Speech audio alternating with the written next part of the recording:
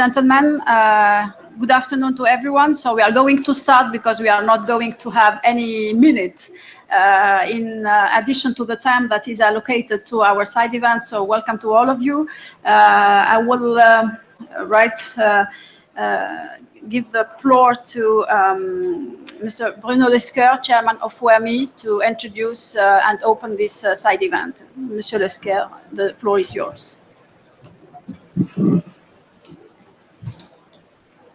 Dear partner, dear guests, ladies and gentlemen, I'm very glad to welcome you at our side event on climate change and energy transition in the Mediterranean regions, opportunities through NDCs and cooperation here in Marrakesh as chairman of OME.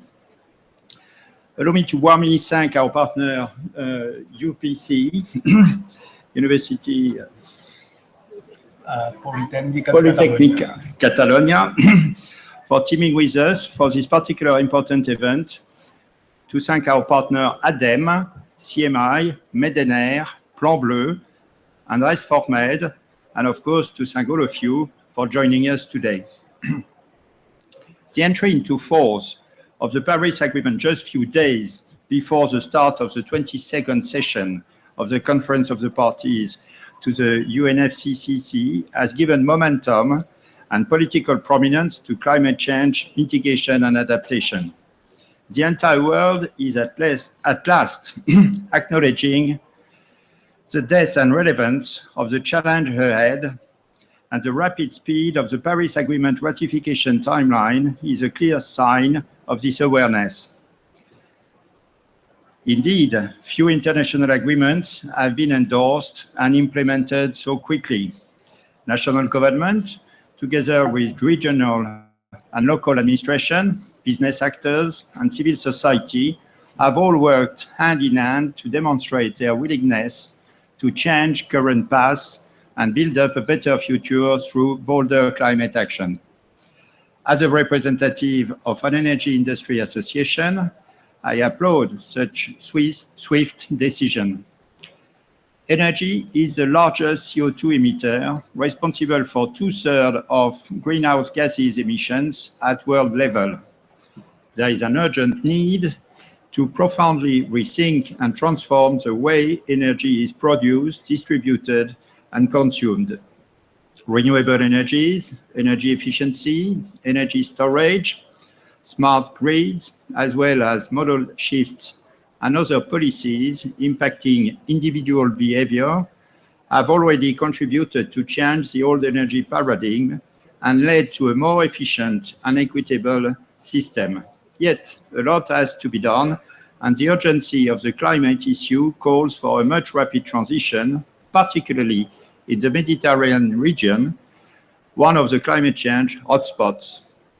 The fifth assessment report of the Intergovernmental Panel on Climate Change highlights important challenges that the Mediterranean countries will face before the end of the 21st century and their vulnerability to climate change. So many efforts have been made in the Mediterranean context in adapting to climate change, with significant feedback in several areas of implementation, as well as many cases of good practice. There is a need to pursue a strong policy of climate change mitigation. Indeed, OME's Mediterranean Energy Perspectives publication warns that without a drastic change in energy policy, CO2 emissions from energy will more than double by 2040 in the southern Mediterranean region. There is therefore a strong need to speed up the energy transition toward a low-carbon energy future in the region. The nationally determined contributions submitted by almost all the Mediterranean countries are an interesting step forward through effective implementation in the most important and more and more can be done, as illustrated by the joint OME, MEDENER, NDCs and transition scenarios, which we will discuss today. The expectations are high, the potential is real, We need to move forward in the right direction and with effective tools, policies and measures, and with adapted means. Reaching the NDCs goal in the South and East Mediterranean will lead to 35% increase of CO2 emission by 2030, instead of doubling them.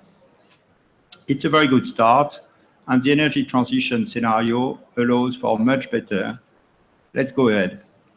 From OME side, we are actively engaged in the process of a successful energy transition in the Mediterranean region by promoting cooperation between our members in this context and strengthening cooperation with our partners.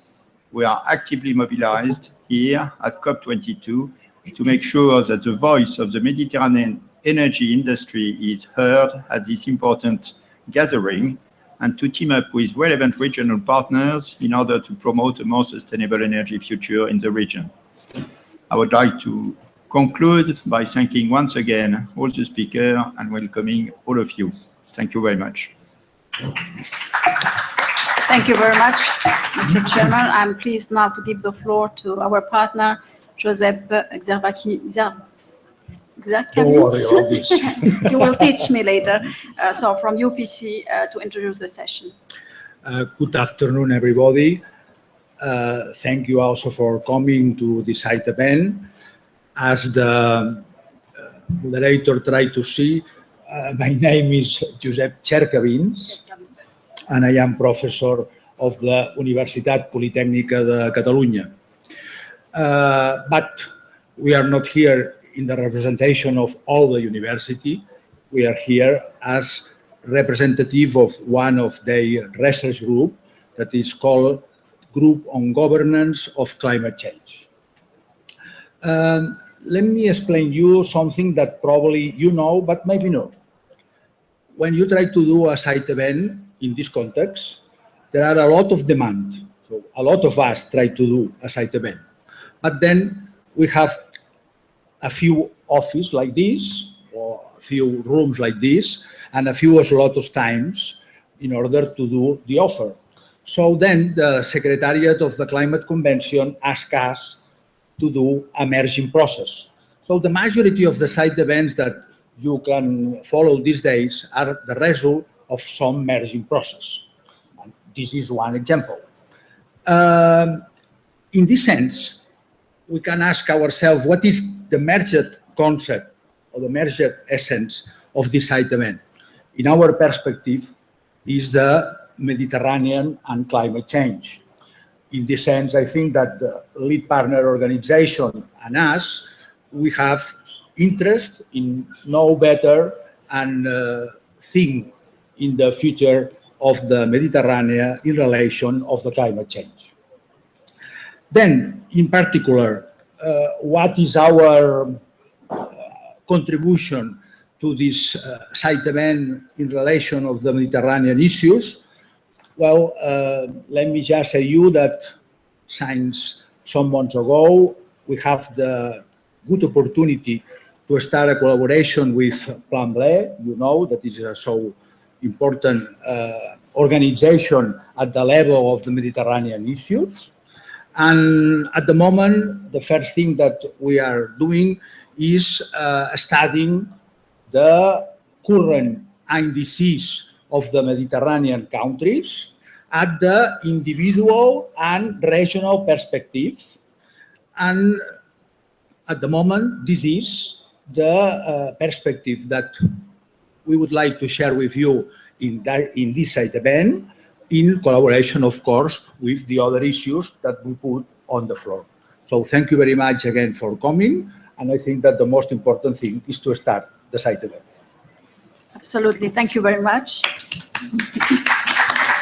And again, we are very glad for this merge with the UPC. And indeed, as you said, our common issue is climate change and how to promote sustainable development in the Mediterranean region, and energy is playing a role in this context. So I thank you, and now I would like to call the next speaker, so Plan Bleu, who is partner in this side event too. So Anne-France Didier, General Director of Plan Bleu, who will make a short presentation on analysis of Mediterranean countries, INDCs proposals for the next, no, sorry. This is not the slide. Climate change challenges in the Mediterranean Basin Prospective. So, Anne Didier. Okay. The floor is yours. Yes. So, 5 minutes. Thank you.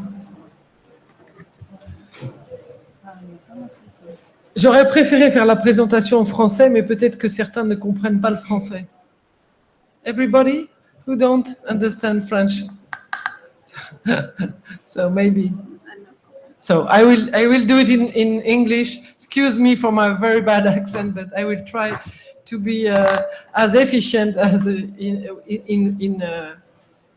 English. So I'm representing here the Plan Bleu, which is one of the regional activity center of the program of on the Mediterranean, the map, UNEP map, which is representing the Barcelona Convention, the one legally binding convention on Mediterranean Sea. Okay, so we are working under. We are an observatory of the Mediterranean environment and development. And first, I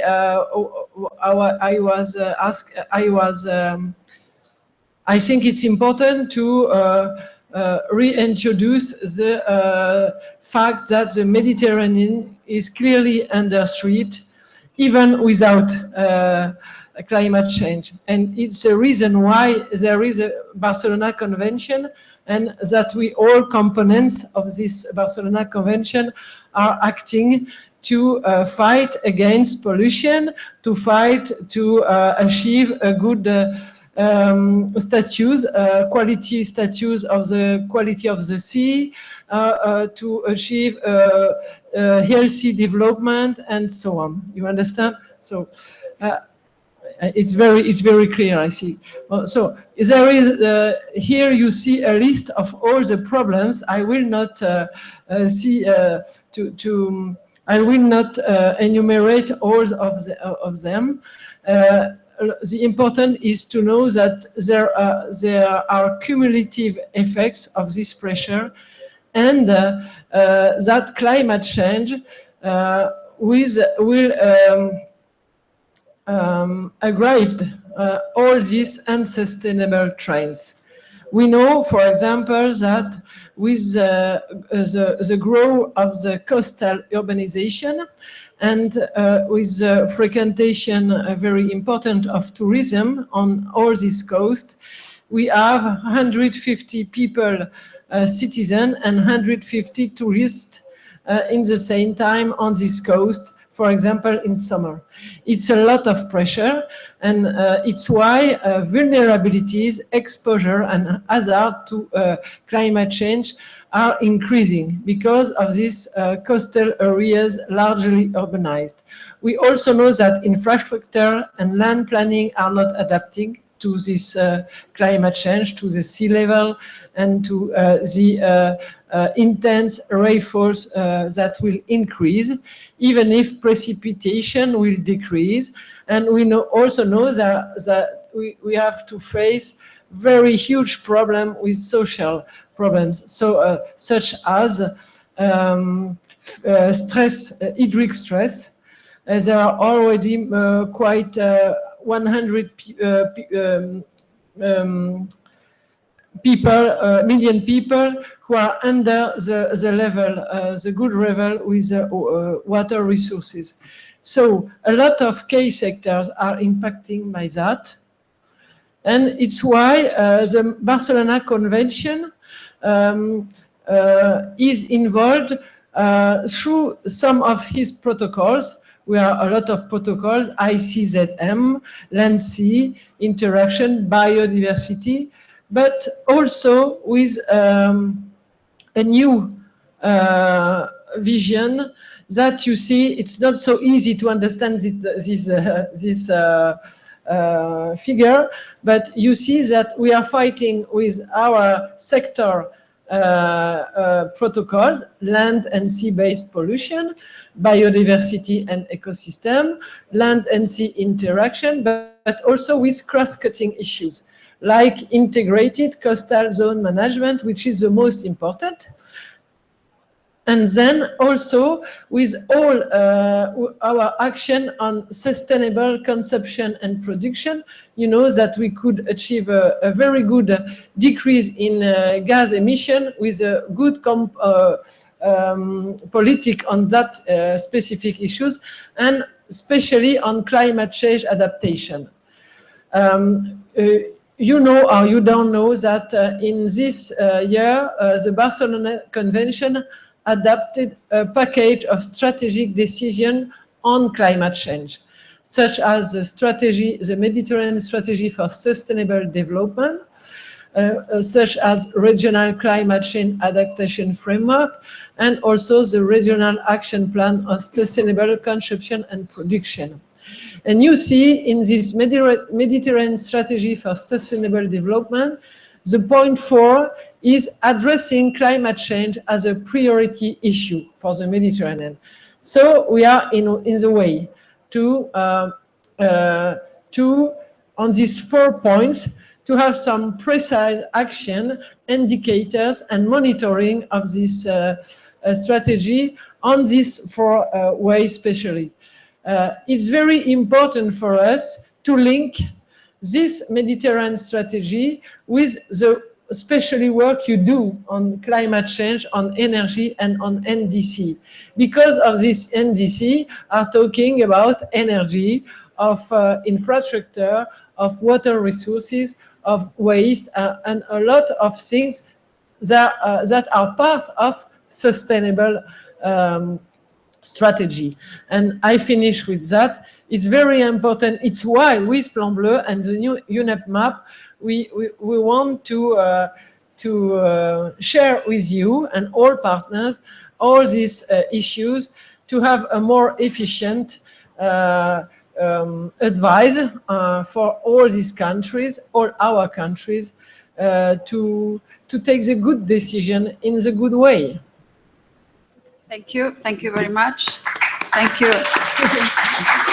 So it's clear that we have a lot of challenges ahead. The Mediterranean for the climate change, we've got the words that vulnerability, hotspot climate change, and sustainable trends are aggravated. And we have some tools which are on the table, which are called NDCs, which are born from the COP22 and which are supposed and would bring an added value and a solution in order to promote this sustainable development and combat climate change. So I'm pleased now to give the floor to Olga Alcaraz and Josep Cherkavins in order to present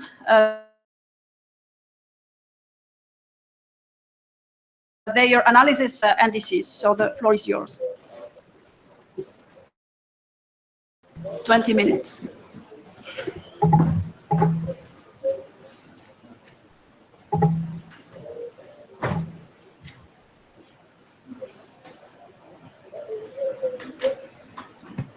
Good afternoon again. As I said before, our contribution to the site event is to present you our analysis of the Mediterranean countries' INDCs. In the context of Paris Agreement, this is the first set of INDCs, basically. And according to this analysis, some proposals for the next NDCs.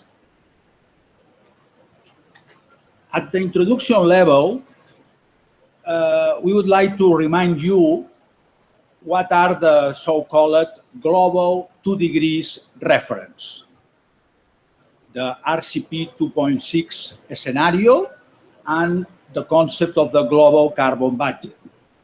And secondly, the climate convention analysis of the aggregate effect of the current INDCs. I am sure that you know the figure on your left, and this is that we call the first global 2-degree reference. The world 2 degrees emission scenario for all the gases is the RCP 2.6 scenario. It means that from all these possible future scenarios about world emissions, there are only one family of them, the so-called RCP 2.6, that are compatible with the goal to be below the 2 degrees.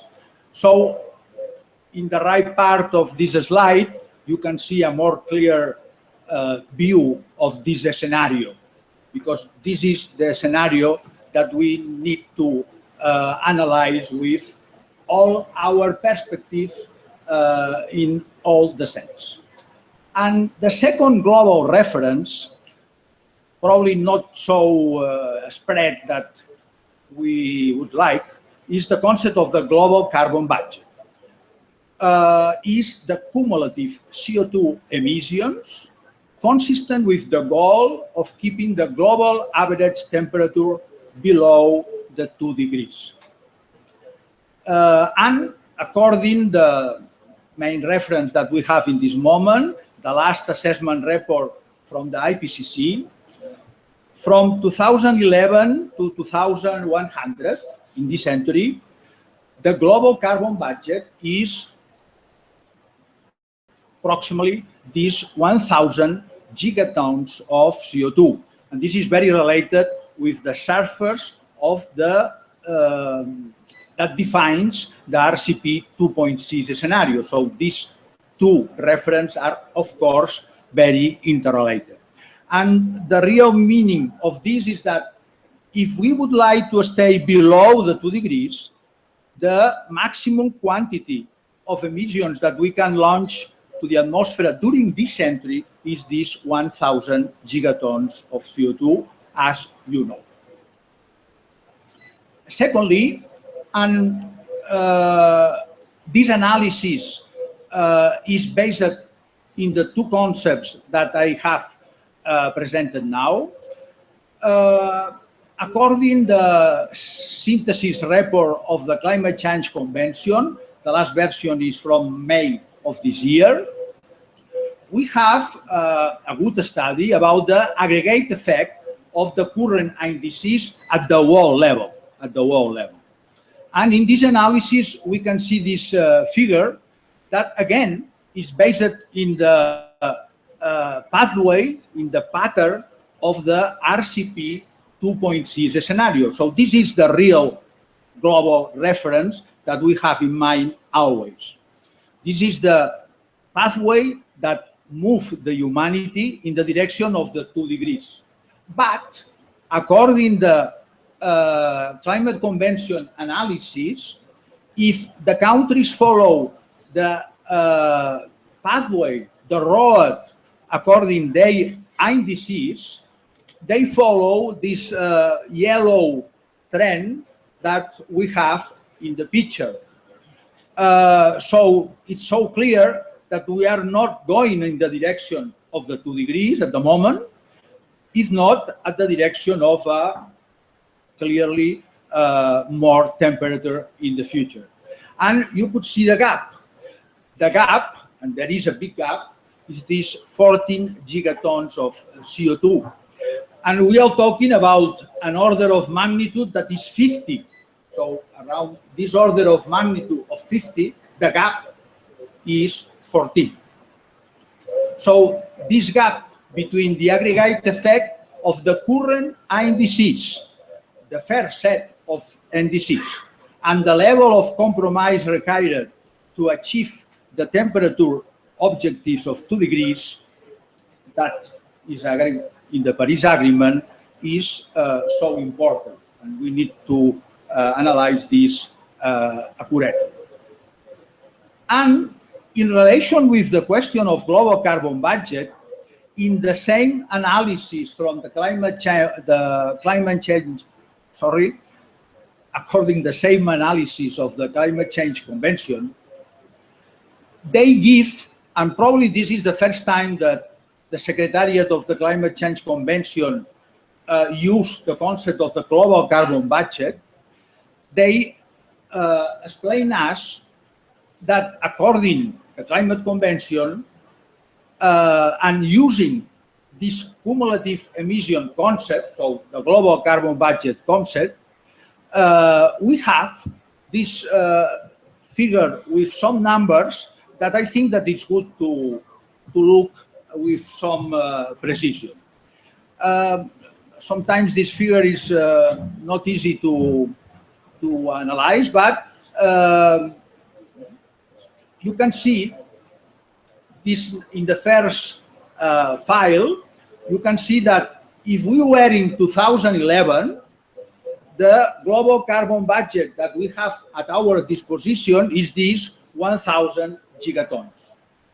But now, and according the aggregate effect of the current INDCs and in function of the analysis of the Climate Convention, if we put in the last file of this figure, if we were in 2030, then according to the slide before, practically we have been used the 75% of the global carbon budget that we have for all the century. These 739 gigatons in 2030. So, in our understanding, these references that are global are very important to remind in our mind. And now, I would like to give the floor to my colleague, Olga Alcaraz, member of our research group, explaining you how we can translate these ideas in the Mediterranean region. That is the goal of this cycle. Thank you, Josep. Good afternoon. Well, after this introduction, now I will present the translation of these global references to the Mediterranean region, to the Mediterranean scenario. As Josep explained, the RCP 2.6 scenario and the global carbon budget are the world references that we have in order to follow if we are or not on track of the 2 degrees.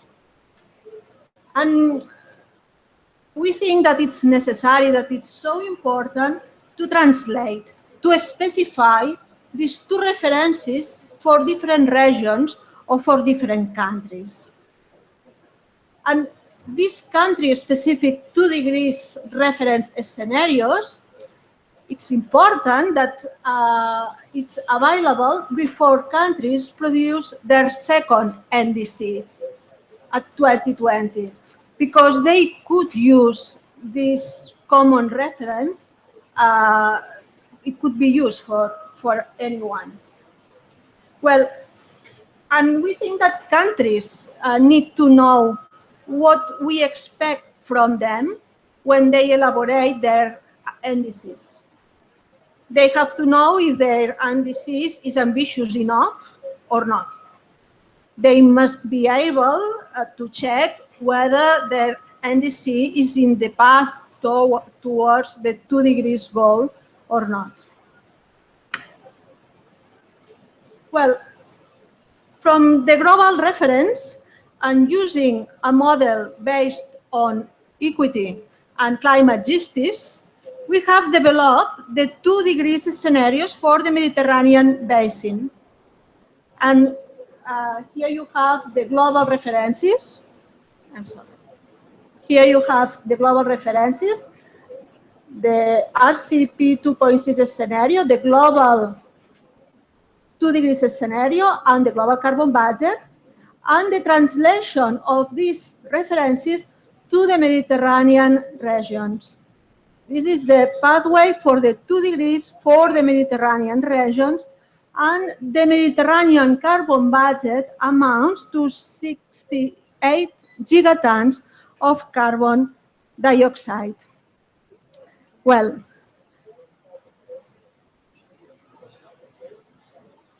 in this slide, we can see in this upper section the distribution of emissions, of accumulated emissions in the historical period from 1971 to 2010. In this period, these accumulated emissions were 67 gigatons of carbon dioxide. We can see that in the historical distribution of emissions, developed countries like France, Italy, and Spain, for example, had a bigger share compared with developing countries like Morocco, like Egypt, or like Algeria. Well, according to our model, based on equity, the future emissions over the next 40 years, from 2011 to 2050, amounts to 65 gigatons of carbon dioxide. More or less, these figures are comparable. Well, in this lower chart, we present the future share of emissions that our model, based on equity and climate justice, allocates to all the Mediterranean countries. This is the allocation of the Mediterranean budget for every country. We can see that in our proposal, the carbon budget is greatly reduced for those countries where historically emissions per person have been well above the world average. If we look to some extremes, for example, Italy, France, or Spain have to reduce their future emissions compared with the historical ones. And whereas countries like Egypt or Algeria or Morocco can significantly increase their emissions according to this criteria based on equity and climate justice. Well, moreover, we can analyze different groups of countries. It's interesting to see differences between developed and developing countries of the Mediterranean Basin, grouped as OECD and non-OECD countries. It's worth noting that in the historical period from 1971 to 2010, the OECD members of the Mediterranean released the 81% of the Mediterranean emissions. Well, when we allocate the future carbon budget according to our equity model, the OECD countries must reduce drastically their emissions in the future, whilst the non-OECD can increase their future emissions when we compare with the historical ones. Well, now we will present our analysis of the Mediterranean INDCs using this framework. This is using this framework of the Mediterranean 2 degrees scenarios and the Mediterranean carbon budget. First of all, I need to point out that not all the Mediterranean countries have presented their INDCs. Specifically, Libya and Syria have not presented an INDC. And another special case is the case of Egypt, that has presented their INDC, but this INDC doesn't have any quantifiable compromise. Because of what? Because of that, we have had to adapt the Mediterranean scenario to the subset of countries which should meet it, INDCs with quantifiable compromises, and we have called this group we have called this group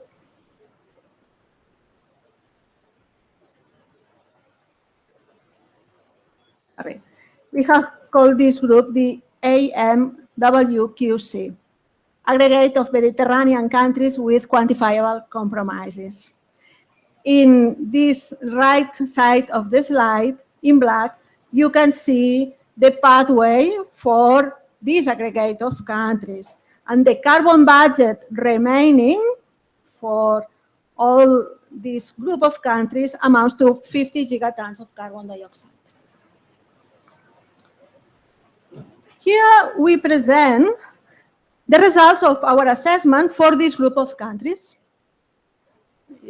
This group that are formed by all these countries.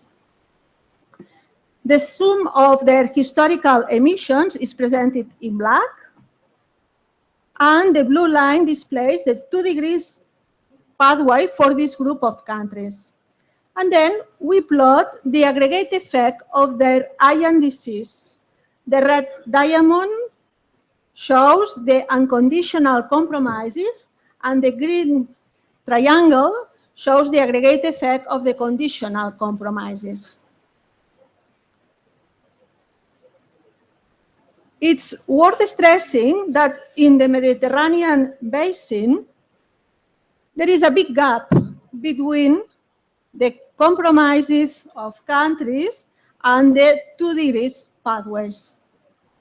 This big gap is around 1 gigaton of carbon dioxide.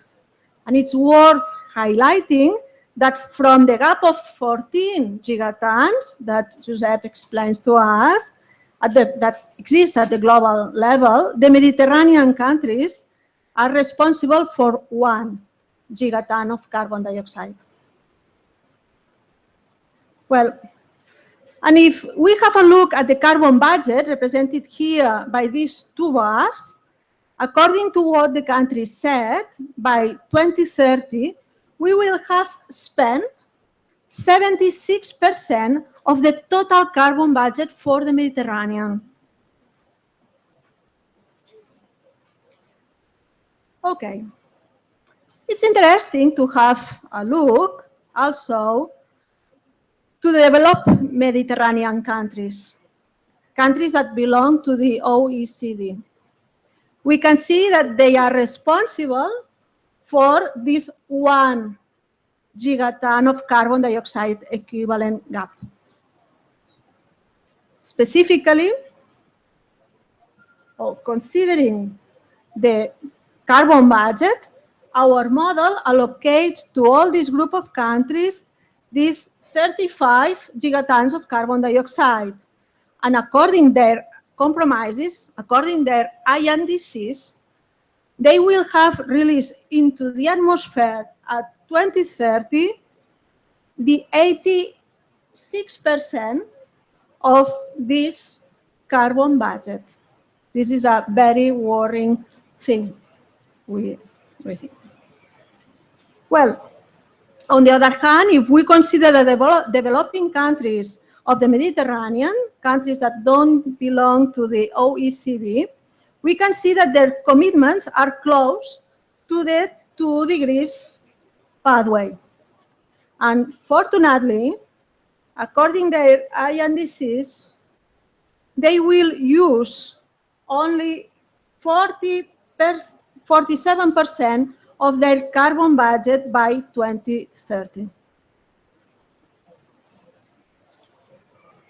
In summary, generally speaking, the contributions of the Mediterranean countries are far away from the 2 degrees goal. In 2030, there will be a gap of 1 gigaton equivalent between the 2 degree reference scenario and the aggregate contribution of the INDCs. And 76% of their carbon budget will be spent from now to 2030. And it's true that there is a substantial difference when we look at the difference between developed and developing countries in the Mediterranean area. The OECD members are mainly responsible for this 1 gigaton of carbon dioxide gap. And these countries will have expended the 88% of their carbon budget from now to 2030.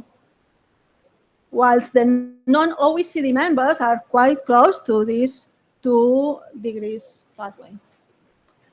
Now I pass the floor to my colleague Josep for the final conclusions.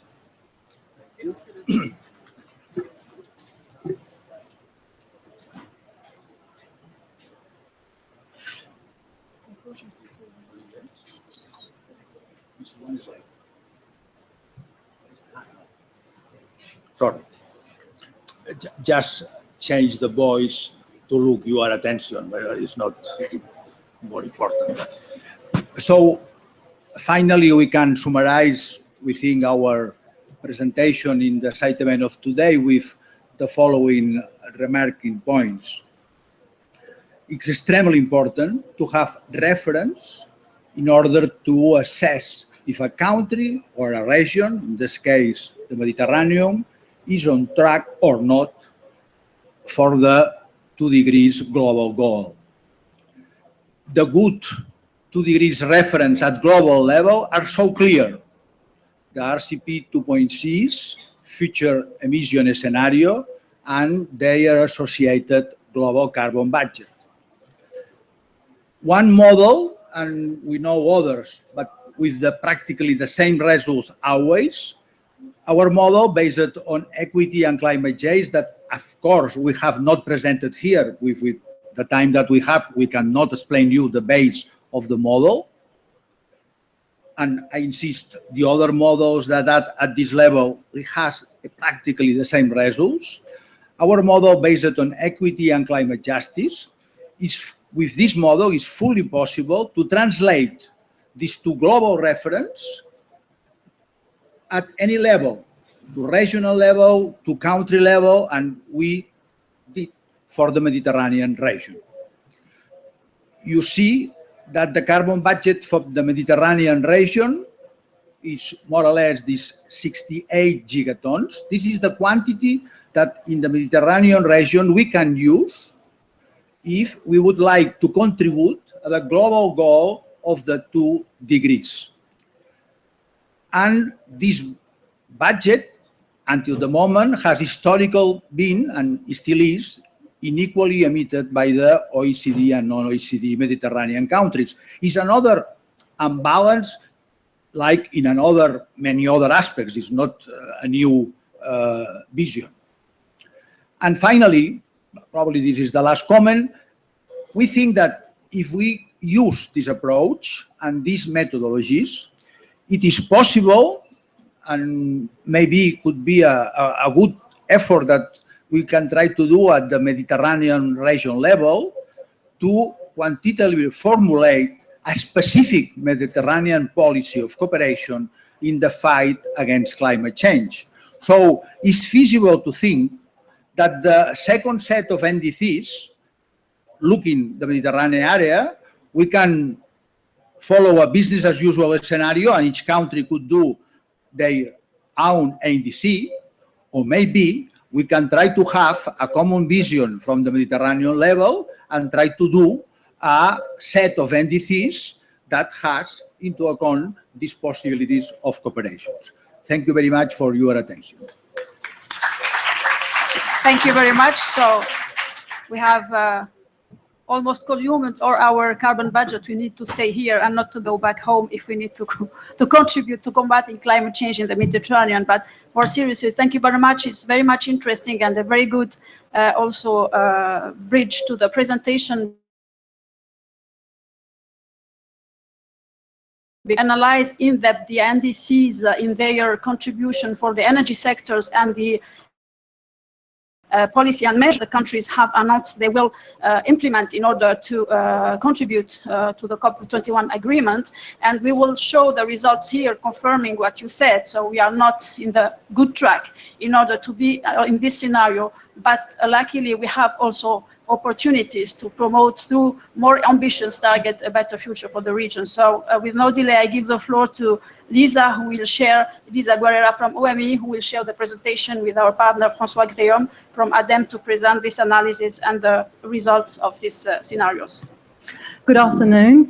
I'm Lisa Guerrera, so I work for the OME. I'm the Director for Modeling and Monitoring Division. So yes, I do models. So yet another model, but this time on energy. We know that more than 80% of the CO2 emissions are from the energy industry and the energy consumption. So we decided to have a look at the scenarios where we're going, not only in terms of CO2 emissions, but in terms of energy demand and energy supply. So what we tried to do is a scenario with ADEME and MEDENER, a scenario, NDC scenario. We tried to think, you know, there's quantifiable targets that have been defined in the NDCs and INDCs for all the countries, as was explained. But how does this actually translate when you actually try to put them in a model, an actual, including all the energy types, and what does it mean? So we've looked, and I think we've said, so we can go quite quickly, we've looked at all the INDCs and NDCs. Unlike the precedent model, in our model, what we did for the countries where we didn't have any quantifiable targets is we used what we call our proactive scenario. This is a scenario we do in OME, and you can find it in our publication, Mediterranean Energy Perspectives, is we look at the actual, for each country, the programs, what they are starting to launch, what they are looking at in terms of policies, in terms of renewables. So for Egypt, for instance, which we've actually done a map Egypt, so we know very well, even though they haven't actually quantified the INDCs in terms of energy, we actually already had some of, maybe not targets, but paths, energy paths that they're following. So we included that. So we're assuming in a bit of an optimistic sense that even Egypt, Syria, or Libya will be following some sort of NDC path. And we also assumed that the conditional financing would be achieved as well. So we're betting that the best of the NDCs will come to fruition in our model.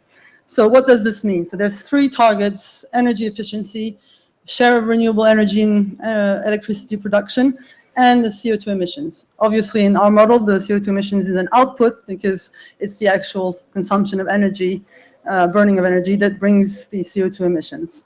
So looking at the energy, on the energy efficiency side, so at the energy demand.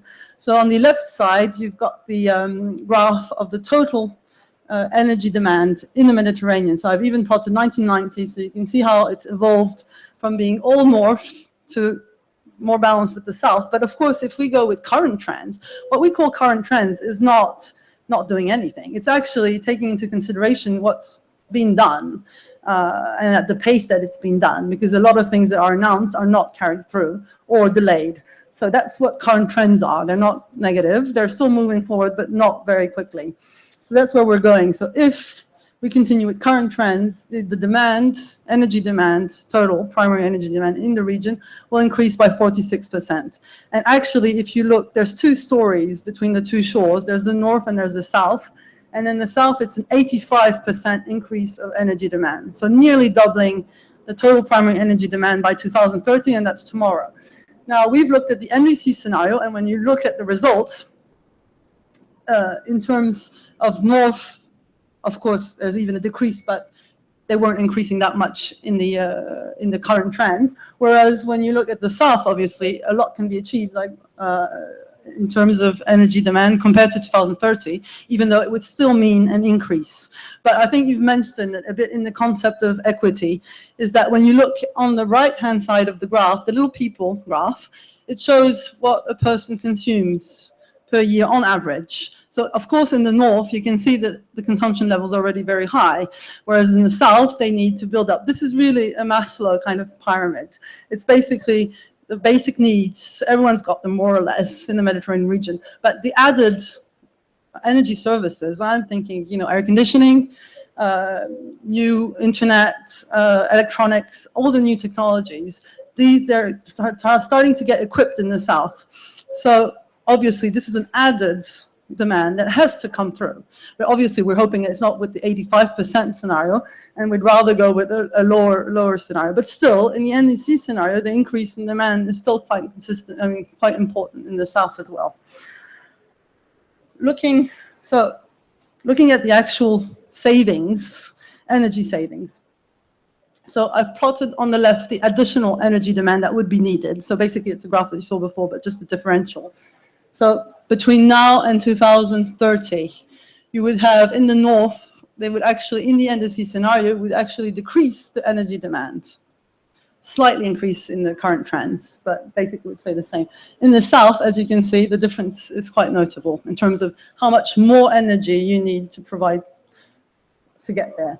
Now, when you look at the actual savings, fossil fuel savings, because that's what's important, it's not just the energy that you're not consuming, it's also what type of energy you don't need to buy anymore, or at least that you can save up to export if you're a producing country. So we're talking import bill or export revenues. And this, of course, makes a big difference because in the NDC scenario, compared to the current trends, we could save up to 140 MTOE, which is actually nearly half of what the South consumes in fossil fuels at present. So that means that in coal and gas, this is mainly in the electricity sector, and then the oil savings would be in the transport sector. So a lot can be saved, and this is not just climate change issues, this is energy security, this is import revenues, import bills, revenues that can increase. So for countries in the South, this is very important as well.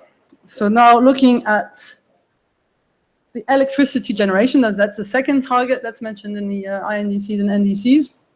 So the share of renewables in the electricity generation. But more than just the share in electricity generation, there's also the increase or not in electricity demand. Once again, and this is much more, that's why I've only plotted the South here, because obviously that's where most of the additional demand is coming from. Well, if you look at the current trends for the South, we're more than doubling the electricity demand. That means that we will need to produce more than double what we're producing now, knowing the constraints that it's putting already now on the economies. So, and looking at the share, if we continue with current trends, we are indeed increasing the amount of renewables in the mix, but the actual share of renewables in the total mix would only increase from 15 to 18%. So still being quite moderate or modest. Now looking at the NDC scenario, we could actually increase the renewables in the South to account for a third of the electricity mix. And of course, the electricity demand would be much lower, but the renewable would increase as well. So the double effect would bring it to a third. Again, the same equity story is that we start from a base per capita that's very, very low in the South at present, because it's nearly 1 to 5, the ratio between a person in the North consumption, electricity consumption, and in the South. So there is a catching up, obviously, but both scenarios, and obviously this means there has to be an increase in electricity consumption. As I mentioned before, just think of air conditioning, and that all the countries in the South are going to be equipped, and you'll see why this demands an increase. But of course, the increase can be with more efficient equipment, with better isolation, or with what we're doing now, which is not very, very encouraging. Now, looking at how it translates into capacity additions, so electricity capacity additions. What does it mean? You have in gray here on the graph is the capacities under the current trends, what we will be adding if we continue according to what's being done in the region at the moment in the South. That means that we'll be adding mainly natural gas, and that's mainly because of gas-fired power plants.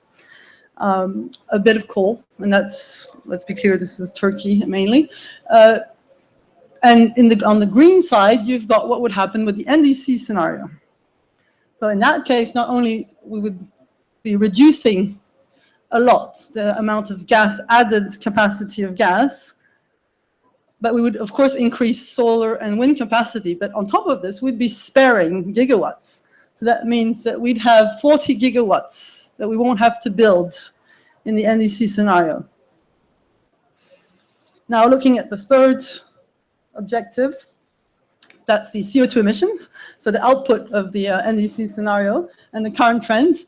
So I've left 1990 level because obviously that's the reference for the North. So the 1990 level in the NDCs, but in the NDC scenario for the North, you see that they reached, that's one of their targets, is the 40% reduction in CO2 emission by 2030. In the current trends, that wouldn't be the case, obviously. So there's still some efforts that can be done in the North. In the South, the increase in CO2 emissions would obviously be, under current trends, unsustainable. I mean, there's no question. And there would be a huge decrease, like would be 22% less CO2 emissions compared to the trends, current trends in 2030. That's basically the targets is always compared to 2030 reference scenario. However, If you look this time at the right-hand side of the graph and you look at the per capita carbon content, per capita carbon CO2 emissions, what you see is that, yes, today there's a discrepancy, which is to be expected. But as we go forward in time, this discrepancy disappears. And in an NDC scenario, what happens is that actually the South people consume more per capita CO2 emissions than the North, produce more. And what does that mean? It actually means that we can do much better in the South, and that the NDCs are definitely not enough. And that's your conclusion as well from UPC, is that we're not on the 2 degrees scenario. We're far from it, and it's nearly a bit of a surprise, if not. But I mean, what's been announced is very under, even just for renewables, what the potential of the countries in the South have. And especially when you consider what the North has done in very limited time years. So there is potential. Now, of course, you have to bring this potential to fruition, but it exists. It's not an incapacity. And what we have done, and I'll pass the floor to Francois, with MEDENER and ADEME, is a transition scenario. So an energy transition, actually we did it before INDCs, NDCs even happened. We did it in 2014. And the approach was a bit different because we looked at what's the potential, what are the existing technologies, so nothing revolutionary, nothing that doesn't exist. All the things we considered exist and have been proven to bring those results, added renewables, and we looked at the result per country. And now I'll leave the floor to Francois.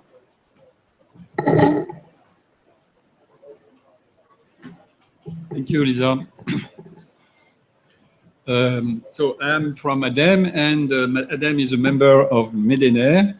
So perhaps 2 words about MEDENER for those that don't know this organization. It's an association of national energy management agencies, energy efficiency and promotion of renewables in all around the Mediterranean countries. MEDENER has been created in 97, sorry, and has been involved in lots of projects at national and at regional level. We engaged this partnership with OME to work on joint scenarios on energy transition. Why is this exercise? It was just that we thought it was useful to have a new look of the energy possibility in Mediterranean countries, and to base this scenario on the expertise that the agencies got in their own. So we work on these scenarios with the OME, and we built the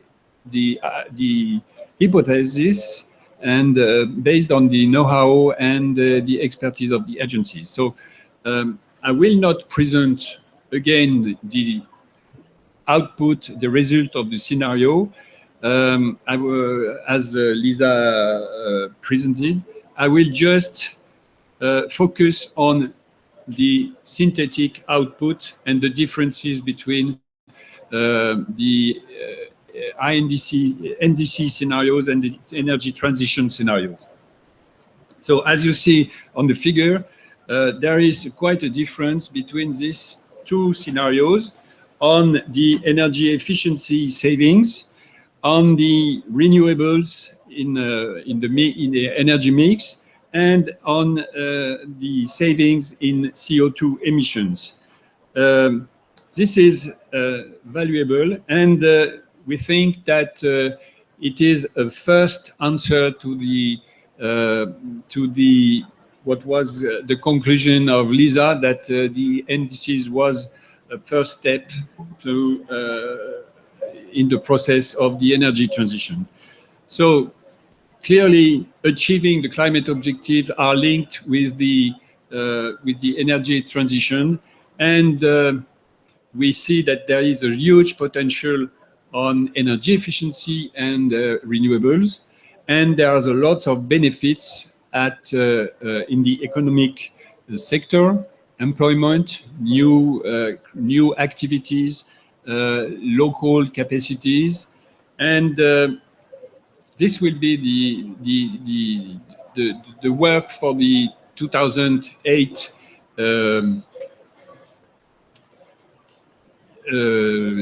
period when the next NDC will be reviewed. So the question now is for us, for the agencies, the question is to how the next step. The next step is to know how we proceed to implement this energy transition, a successful energy transition. And here are listed a series of ideas that we think are necessary to, in order to go forward to the energy transition in Mediterranean. The need for a clear policy framework for public policies complying with the CDN, and also looking at the energy transition targets. Developing local capacity. It is the most challenging issue with the transfer of knowledge, innovation, trainings for professional, for academic level. This is a crucial issue to go forward to the energy transition. The basic idea also is that we need to implement programs on priority sector. Building is one of the the most urgent sector that we need to investigate, but also industry, agriculture with mitigation and adaptation measures, and also transport that remain a difficult area. Mobilizing financing. This is necessary.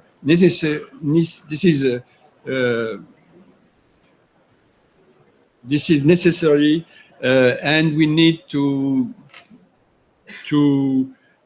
mobilize the capacity of investment of the private sector in order to develop project and infrastructure project, and that in the companies the environmental impact is to be taken into account.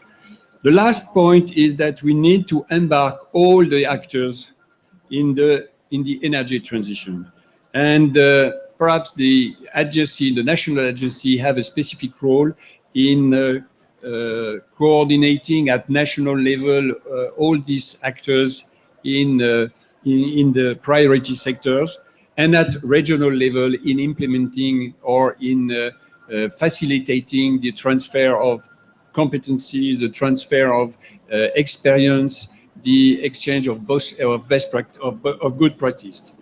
Finally, the energy transition is the responsibility of everyone, of all the actors, but not only from the Mediterranean. Thank you very much. Thank you very much. And with no delay, because we have a challenge to be very efficient for the roundtable to finish on time, I immediately call Mr. Amin Oman from ENGIE, who kindly accepted to moderate the roundtable, and the member of the panel, Joseph Abdelali Dakina, AMEE, Monsieur Mohamed El Amrani, Fédération de l'énergie, and Sylvia from CMI.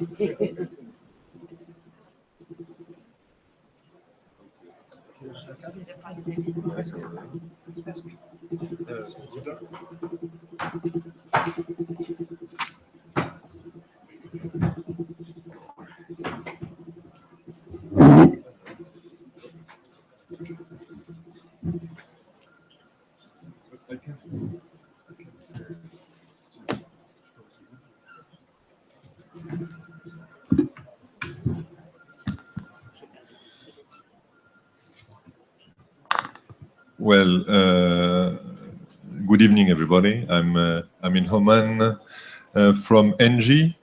I'm in charge of the activity of the group in Northern Africa, but today I'm the moderator of this honorable panel. I don't know if everyone has already introduced himself. If it's not, maybe I can let you a few minutes to introduce yourself, and then we can have a first round table about your feeling or your reaction on what we have seen and on all the measures we can have on in those scenarios. Please. Hello everyone. My name is Amado Gil, and I'm the head of the climate change department in Gas Natural Fenosa. I'm Sylvia Pariente David, and I'm advisor to CMI and consultant to the World Bank as well. Good afternoon. I am Abdelali Dakina. I am from the Moroccan Agency for Energy Efficiency. 2 weeks before, we have another name. ADEME was the Renewable Energy and Energy Efficiency Development Agency. And I am the director of Strategy and Development Division. Good evening, Mohamed El Amrani from Federation of Energy of Morocco. Thank you. So I think everyone is already knowing you. Well, thank you. I will start, Sylvia, if you don't mind. Could you tell us what is your meaning on those scenarios we have seen? We have seen the way we will have if we do business as usual, and this NDC scenario. We have seen a lot of different things. What is your feeling from the point of view of your organizations? Is there a specificity for Mediterranean countries, or do we face the same topics as others? I think there are specificities on the Mediterranean. Actually, I'm not sure we saw all of them here. And actually, I think I'm going to tell you something very different from what I was planning to tell you. First, because I get very bored of saying the same thing several times. And third, because I heard very interesting things today in this session and other sessions that gave me a different perspective. I think we are pretty clear that Mediterranean integration will save a lot of money to reach the 2 degrees or 1.5 reduced CO2 emissions. We heard that we will save, now I'm not sure about the figure because I wanted to ask Lisa to show her slide again. If we're saving 200 gigawatt or 148, and sometimes I would see 40 gigawatt, but it's a lot of gigawatt anyway. We know that in Europe we'll save a lot of money through integration, and I think I said earlier today, Euromed integration saves you something like 70 to 80 billion euro per year, which is a lot of money. And what I think in the end, when I hear about all this NDC analysis, I have read every single one of the NDC, and I don't think any one of them mentions a better integration of the markets. Of course, interconnection is one thing. That costs money, interconnection, but you save so much. You can pay them and have a rate of return. In 1 year, you've paid for them. So what we say, we need cooperation. So why don't we put into the NDC, the first thing is that you interconnect the countries through interconnectors. Everybody knows I love interconnector. I've been trying to get the one between Tunisia and Italy going for, not since I was born because it didn't exist, but most of my professional life. And I worked on interconnector between France and Spain, and they are very difficult to do, and they bring so many benefits. So we need, now what I can also tell you, but I won't tell you now because we don't have time, and I'm keeping that for the next session when I'm also speaking, that I think you can achieve that with spending no money, actually. So you don't even need to spend the money on the infrastructure if you do cooperation and integration. And I'm going to stop here so the others can say other things.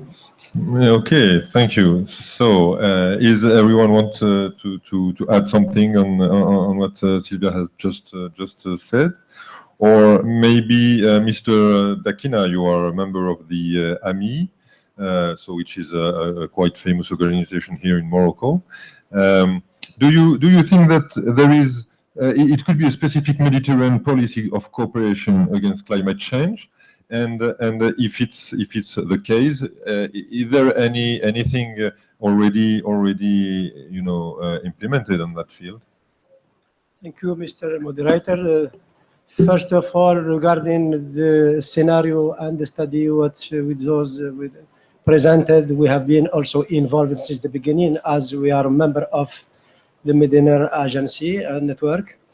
So I have just to say something on data that we have seen. It was related to the ENDC that has been presented 1 year before, and today we have revised this ENDC in order to have 34% as the target. We have announced today 42% in this regard, and 19 in unconventional aspect, and 25 conditional. So after saying that, I want maybe to say some words on Moroccan situation.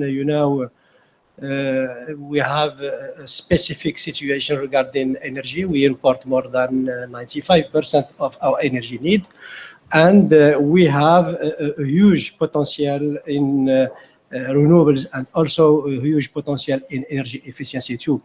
And for that, I think all what we have heard during this week, and what we have heard, we have seen also in some review and some assessment of the energy efficiency potential, that energy efficiency can resolve, I think, half of a way to reach the target of 2 degrees by the end of this century.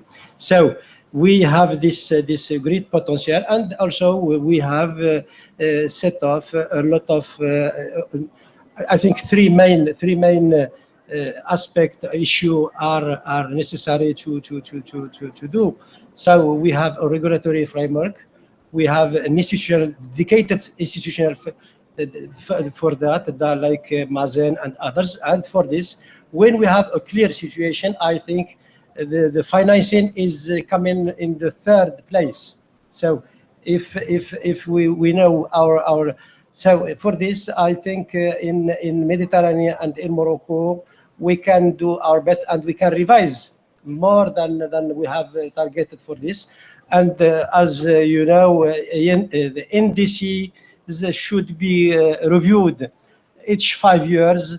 The first step is on 25, and I think we have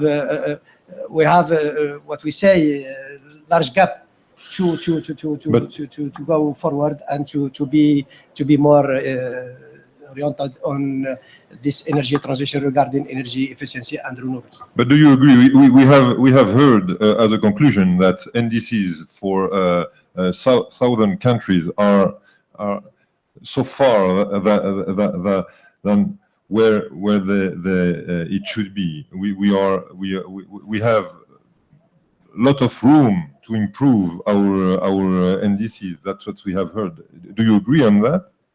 I think we have just to enhance our regulatory framework, and also to enhance, as I have said by Mr. Francois, the capacity building in our countries, and also a technology transfer. And for that, I think we have a great margin of development of those technologies, and I think we still have more and more possibility to improve our strategies in different countries. We have this margin. Thank you. Amadou, what do you think about all those energy efficiency policies we can see all around the Mediterranean area.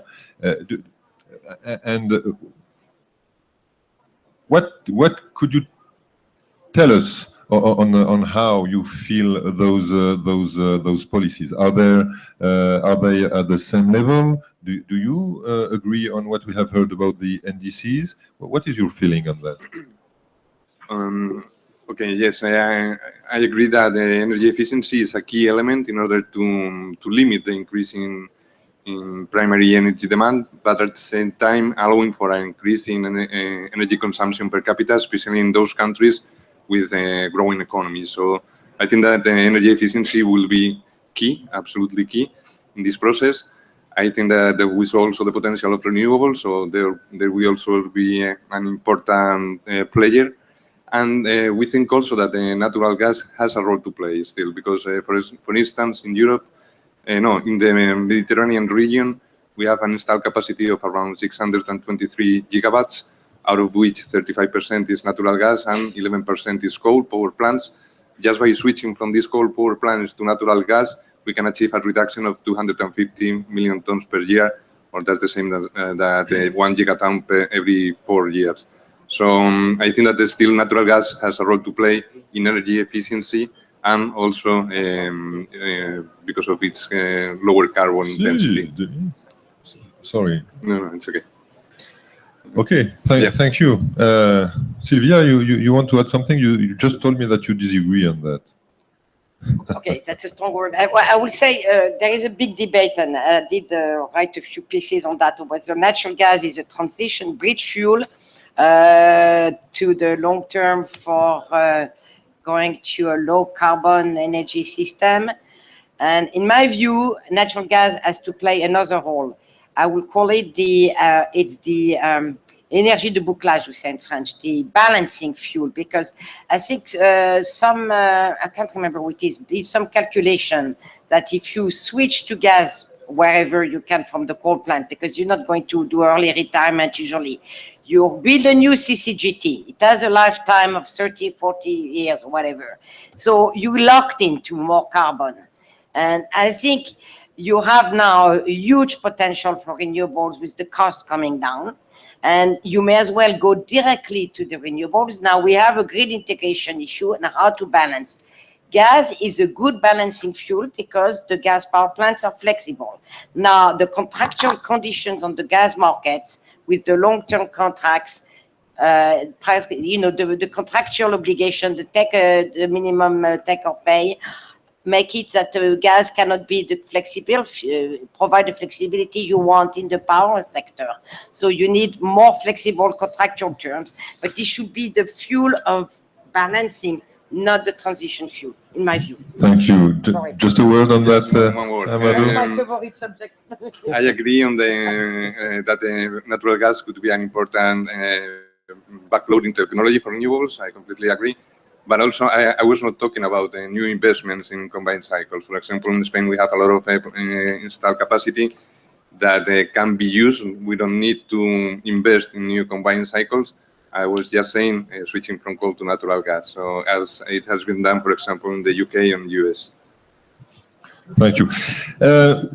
Mr. Mohamed, you are the Secretary General of Fédération de l'Énergie.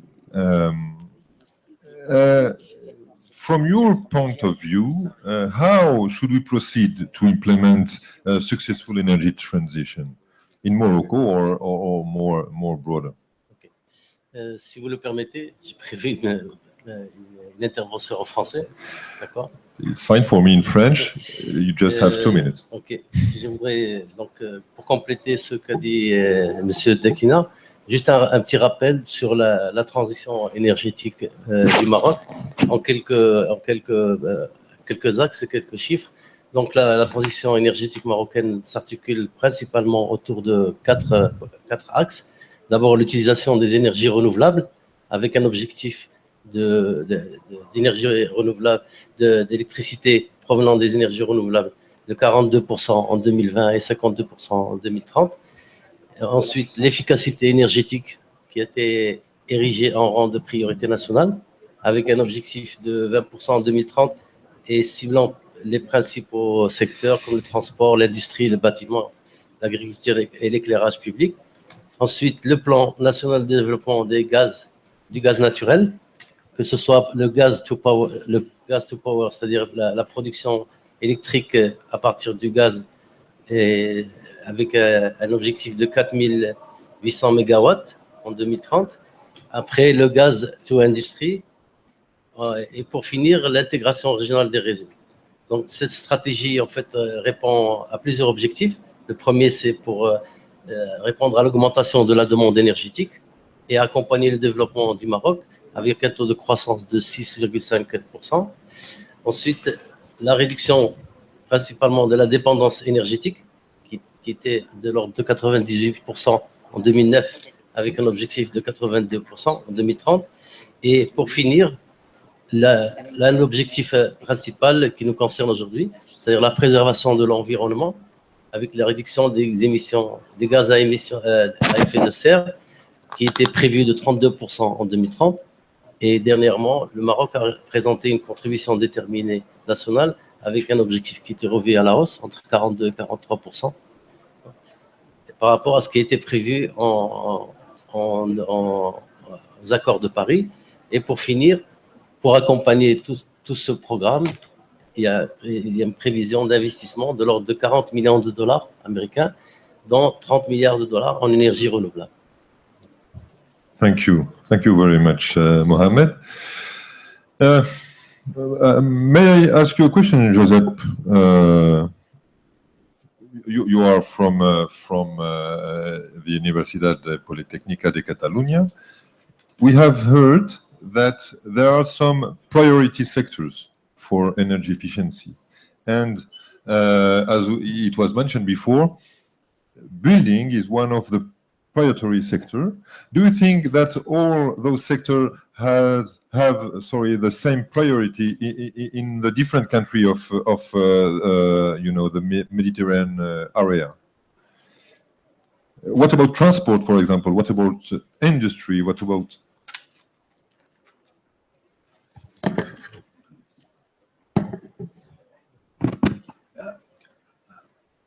in this moment, our group has not enough experience in order to do in which country of the Mediterranean we can prioritize one or another thing. But in the general perspective, and regarding the question of energy and climate change, I think that in our view, the first priority of using energy is agriculture. Because I think that we need to think in the post-climate age and in another level of priorities. So I think that the first priority of the use of energy in the Mediterranean countries should be agriculture in the first step. In the second, the basic infrastructures. So I am thinking, for example, in the infrastructures of water distribution, on infrastructure related with sanitation infrastructures in the big cities of the North African countries, for example. I think that this should be the use of the energy like a prioritization in the future, because then we can justify, in my view, that the last use of the fossil fuels in the Mediterranean according to the climate agenda. Thank you. Very interesting. Thank you very much. Well, maybe I don't know if we have time to get some question from if there's any question. Yeah, 1 minute. We have 1 minute, please. I don't know if we have a mic or something. If not, yeah. Okay. So thank you for the presentation. I was just wondering, when you have a scenario where gas power is used by 40 gigawatts or more, that we use from ENGIE or the other companies, how is that a real will to reduce the energy market that high? And the second point was, if you reduce the capacity and you also have more solar, that means you have a really, really low demand. So are those data public? Are they downloadable? Can we check them, compare them? I mean, I'm from a research organization, and so it would be interesting to see what's the background and check what's the kind of scenarios gives. So thank you. Okay, so if you want me to answer really quickly, as ENGIE, we are involved in energy production, low carbon energy production, gas, natural gas, yes for sure, because it's part of ADEME, but more essentially renewables and solar, wind, and hydro as well. And what we want to promote is a full access of energy for everyone. So no, we don't mind if we reduce the gas consumption. It's not a problem, because we are not just focused on natural gas. But maybe someone want to answer. Sorry, Miss, I don't get your name, but okay. So it's time. Thank you very much. So thank you very much. So as we are just on time, I'm not going to make any conclusion, just a comment for your question to say that it's not a reduction, by the way, but it's avoided. So what we have shown is that the South Mediterranean countries could double its energy consumption, and all fuels are required, and the potential for renewables, but we can avoid 40 gigawatts, and that is what we can spare. You can have all the details on the website of the side event. You have the summary of this presentation, so you have all the details. Thank you very much for joining us. So the discussion will continue. We have a side event at 6:30 at the European Union Pavilion, when we will discuss how regional cooperation can foster the energy transition. So we hope to see you there, and thank you again for coming. Thank you very much.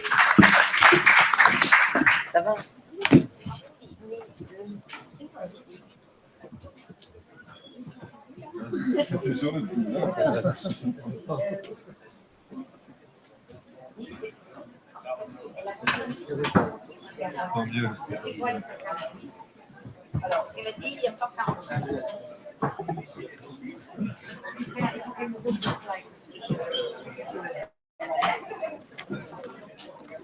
Oui, mais non, parce qu'il y a un chiffre.